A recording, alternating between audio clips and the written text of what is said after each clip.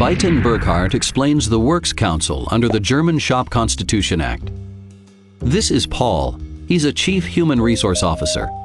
Today, Paul's meeting Frank, the Chairman of the Works Council, to discuss a dismissal hearing. Paul's assistant Linda is curious. Before the meeting, she wants to know what the Works Council is all about. If a Works has at least 5 employees, they can elect a Works Council. It represents the interests of all workers.